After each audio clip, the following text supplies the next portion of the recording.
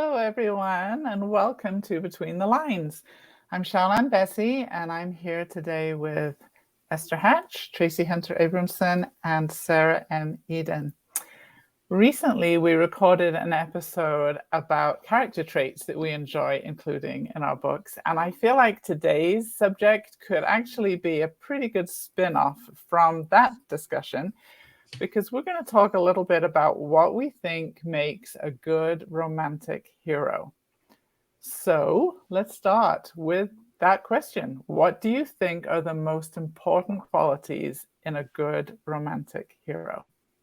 Well, I think like number one is everybody should fall in love with him, right? Minor details.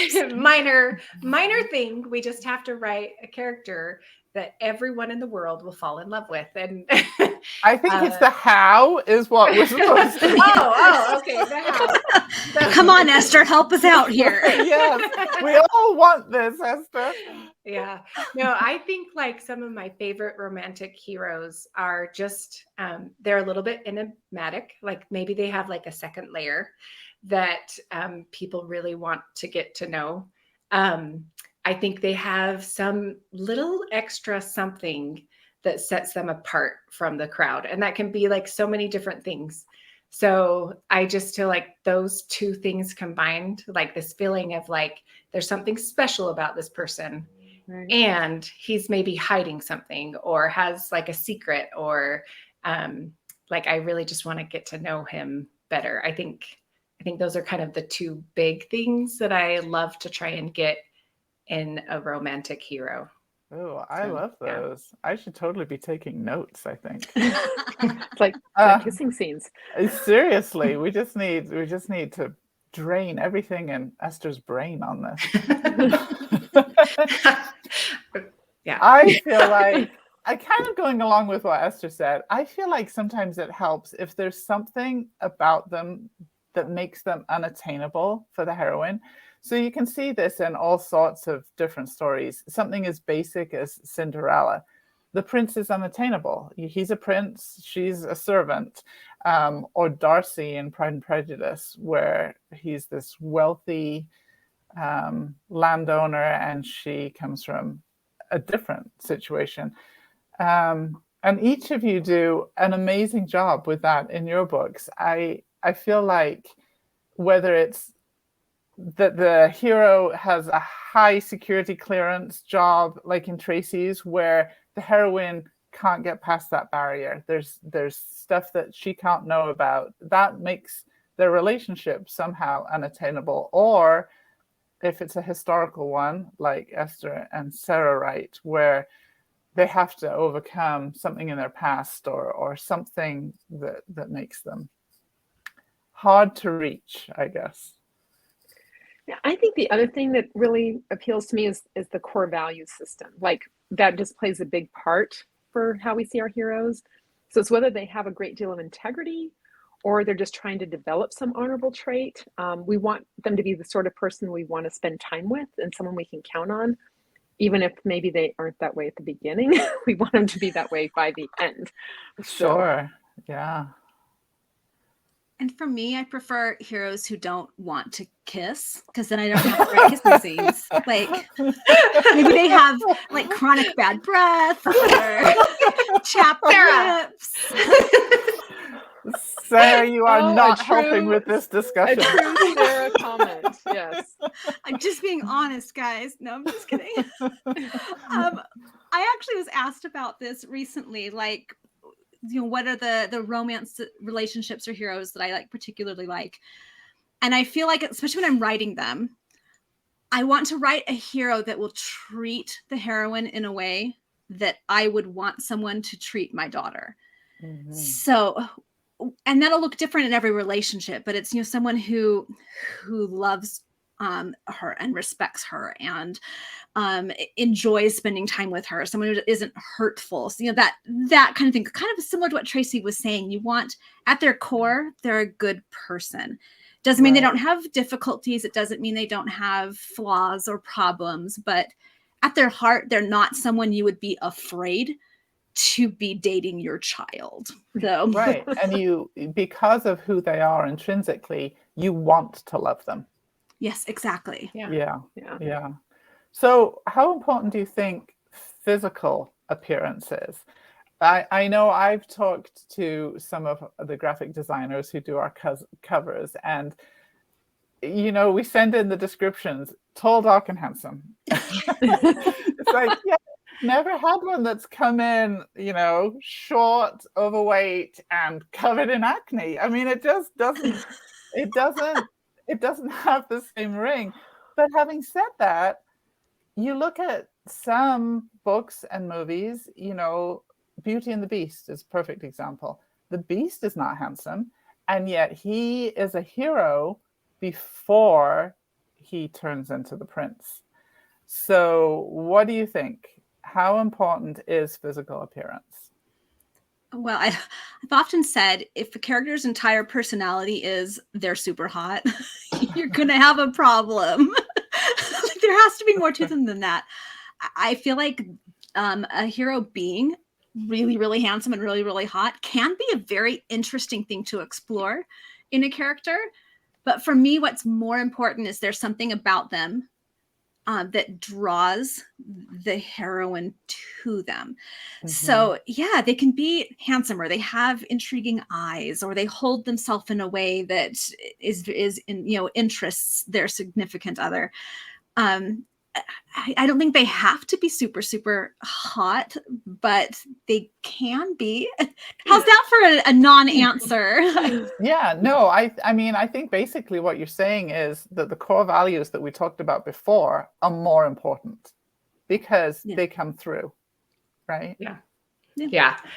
I think the physical appearance, like a hot guy will say, I think it's the easiest way for an author to get someone interested in a character. True. Like if you have your main female person walking down the street and there's a guy just sweeping the street, but he's super hot, like most readers are going to expect, and she notices that, I mean, that's part of it. Yeah. They're 100% going to expect that person to show up again. So to me, I feel like it's easy, and therefore it works a lot of the time. But like Sarah said, it definitely can't be the only thing. Right.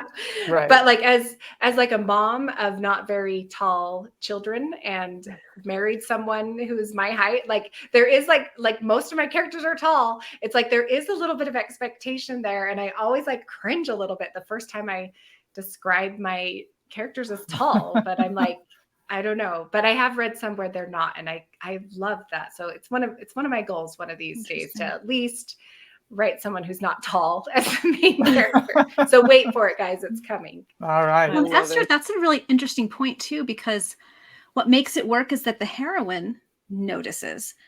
What's attractive to everyone is a little bit different. So yeah, that's an interesting way to also help your reader get to know the heroine. What is it that she notices? We should be writing this down, Sean. I'm telling you, this is a writing down episode. Yes. This is a fountain of wisdom by Esther. I like it. Man, good insights. I'll admit, I am guilty of sometimes, I'll send in my forms to the cover designers that say like what my characters look like. And I'll look at it, I'm like, here's a name. And then I realize I've not described my characters at all. I have no idea what they look like, because I'm just guilty. Like, I'm usually worried about people staying alive, not what color hair they have or what eye color they have, or, sometimes the height might matter more in relation to can they reach something, And so I really think, a lot of times they'll be loosely described as being, handsome or good looking or something like that. But I really think it comes down to the actions are more important. And that's what we really connect with. Yeah, I agree.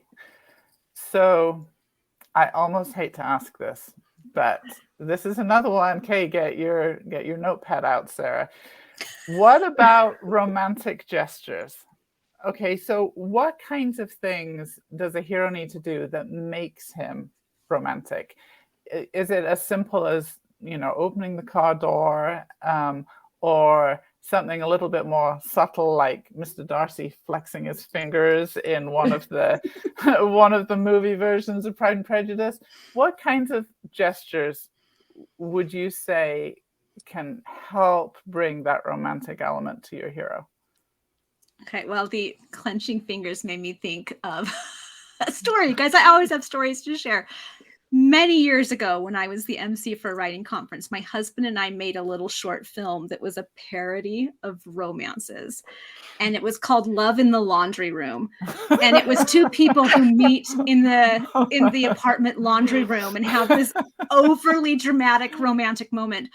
And probably every third camera shot was my husband clenching his jaw. So obviously romantic gestures crack me up, but that's just me. In reality, I feel like an effective romantic gesture is one that communicates that the person sees and really gets and understands the person that they're in love with or trying to convince to be in love with them.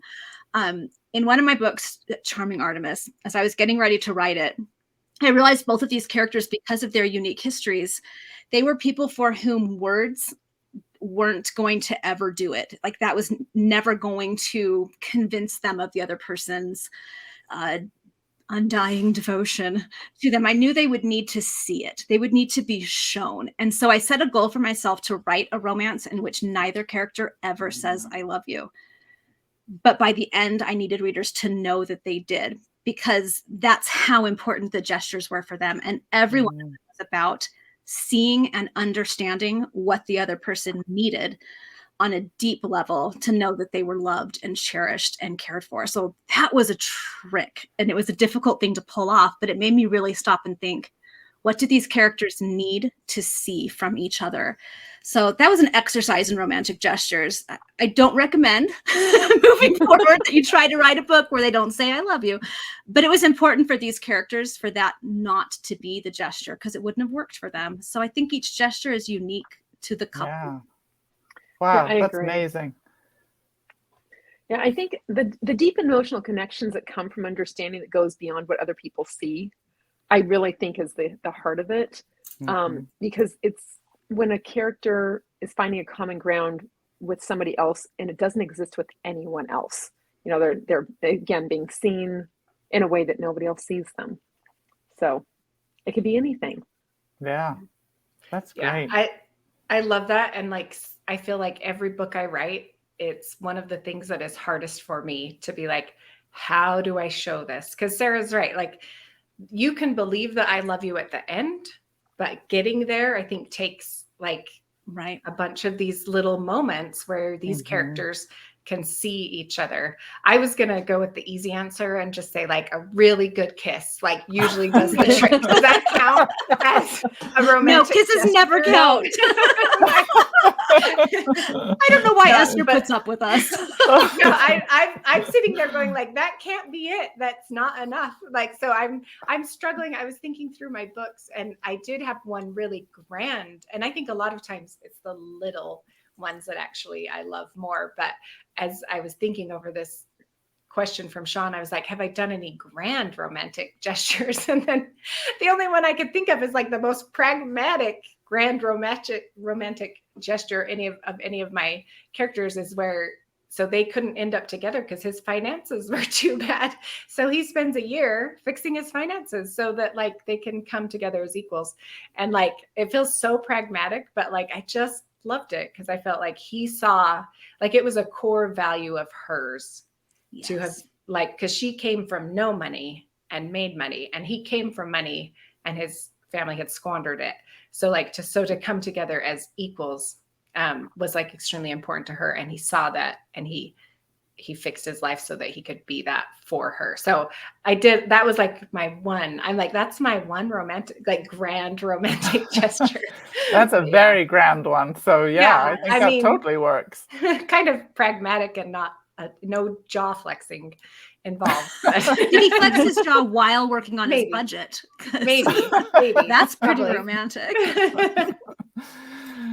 Okay, I don't know if I should even answer this after Paul in the laundry, but have you ever based one of your romantic heroes on someone you know, such as your husband? It doesn't have to be your husband, but that is actually the best answer. So I know a lot of people can't believe that my husband has never read any of my books, but it is the best thing for me because I can use him mercilessly and he will never know. Yeah. So, and in all honesty, I don't base any character entirely on any one person, but I love using like just little, again, a kind gesture, a kindness or humor or something. So yeah, I definitely will pick that up off of whether it's my husband or somebody else who makes me laugh. Yeah, those, I definitely will use those. Yeah. I feel like the sense of humor, like I agree. I find traits from people that are real, but I don't think I've ever done a whole personality based on a whole personality. Right. But for my husband, his sense of humor, I think, is in probably a lot of my books, or just the fact that most of my main characters have a sense of humor. Or if they don't have a sense of humor, then like that's almost funny at times, So like there's always like a little bit of that humor. And I definitely think that comes from my relationship with my husband. That's like one of our favorite things is just to laugh together. I did probably the closest thing I've done to basing someone on someone else is actually my oldest son. In my very first Regency romance, which is also my first published book, my main character was very kind and not self-serving at all, to the extent that it almost like was a detriment. And I've seen that in my oldest son. I really don't know if he likes hearing me say I'm based on and he probably doesn't love me and analyzing his personality that way, but he's just so kind. And like, even as like a 2-year-old, he would always make sure his brothers got treats before he did. And so I kind of took that and turned it into like my romantic hero flaw, actually. So, yeah, so that's probably the biggest one I've used from someone else. Wow. Yeah, great. I'm similar. I borrow traits from people all the time. Several of my heroes have traits I've borrowed from my husband. I have a character who is very much like my son, to the point that it was really awkward writing the couple of kissing scenes in that book, because I was like, this is kind of weirder than usual, but very much based on him. But I have also in my heroes borrowed traits from like with my Jonquil Brothers and my Gents series. Those groups very much interact the way I interact with my siblings. So that's been an interesting dynamic to see how that plays out. And while none of them are exactly like any particular member of my family, the banter and the teasing and the back and forth very much comes from the family I grew up in. So yeah, there are little bits of a lot of people in my romantic heroes. Yeah, I think that we're probably all on the same page with that.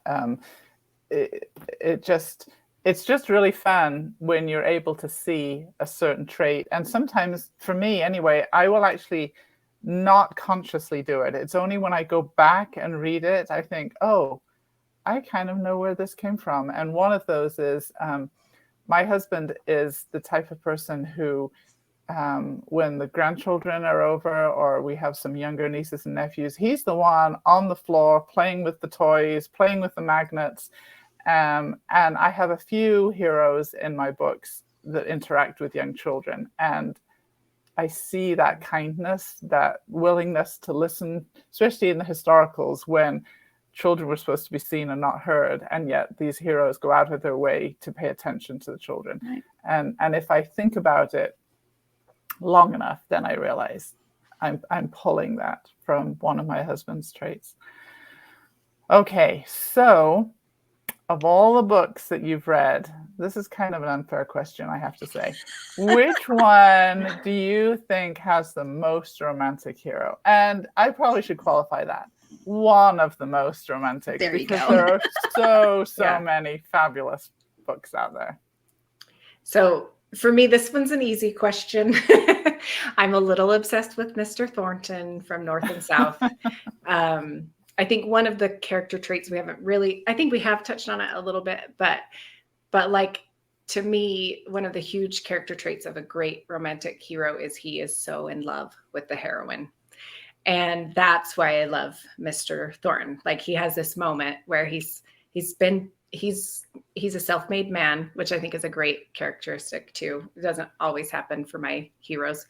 But and he says, like, he proposes to her and she says no. And he's like, you know what? I've been too busy to ever be in love before, but I am in love and I will be in love. But you don't need to worry about me like showing it very much to you. Like I'm not trying to be like creepy, but he's just like, I'm going to enjoy this. Like, it's my first time of ever being in love. And like, that moment gets me every time with him, where he's just like, you know what? I'm going to enjoy the fact that I'm in love with you. And I'm sorry you don't feel the same, and I won't bother you, but like, I can't help it. And it's part of me now. So I love that. Yeah, that's so great. All right. Story time number 2 with Sarah. My husband told me, I think it's when we were still dating, that when he was a teenager, he and his sister watched the Anne of Green Gables movies. And at the end of it, he turned to her and said, someday I'm going to marry someone just like Anne Shirley. Crazy redhead. Wonder how that worked out for him. Unbeknownst to him, on the other side of the country, a few years later, I was a teenager and I read the Anne of Green Gables books and told my mom, someday I want to marry someone like Gilbert Blythe. Like, just loved him because I saw so much of myself in Anne. And to think there might possibly be someone who loved her and thus could love me, not despite all of the difficulties she has and the things she struggles with, but the entirety of who she is. Like, just the idea of that someone could see me, flaws and all, and still just think the world of me and love me. That's what I wanted and hoped I would someday find. And I did. My husband is a lot like like Gilbert. Like, I don't know, it's so weird how it worked out. But so I think Gilbert will always be the most romantic hero to me, because that was this dream that I had and it came true. So that's the one I love. That is like the sweetest thing. I know. I love your stories. They're the best. I do too. They're so best. Well, when I was thinking about this question, like I said, there are just so many. It's hard to pick one, but one of my favorites is actually one of Sarah's characters. It's Crispin in Kiss of a Stranger. And I don't know what it is about Crispin. I think it's because he saves Catherine on every level. He saves her physically, emotionally, socially. But he also doesn't have everything figured out. And so that vulnerability makes him even more of a hero. So he does what he can for her while still figuring out how to be who he needs to be. And I don't know, as much as Sarah poo-poos it, that book starts with a kiss. And so that hooks all the readers right there. Yeah. I love it. And so it's a really hard question. I think probably the one that I keep going back to is in my book Lockdown, when Tristan finds out, basically this deep wound that the main character Riley has suffered, and so as she realizes that he knows what she's gone through, she kind of locks herself away, and he just climbs the wall and goes in the balcony or goes in the window of the second floor apartment. So I think it's just the humor of, I'm not going to let myself be deterred because I care that much. And so I think anything that, it doesn't have to be a grand gesture so much as I'm not going to be shut out. So that's why that one comes to mind. Love it. I love that. Thank you so much. Thanks so much for sharing all of that with us. And we'd like to open this up to you as our listeners too. Drop us a comment on our Facebook, Instagram, or YouTube pages and let us know what makes a good romantic hero for you. And if you are watching us on YouTube, don't forget to hit the like button and subscribe to our channel. And we will see you next time on Between the Lines.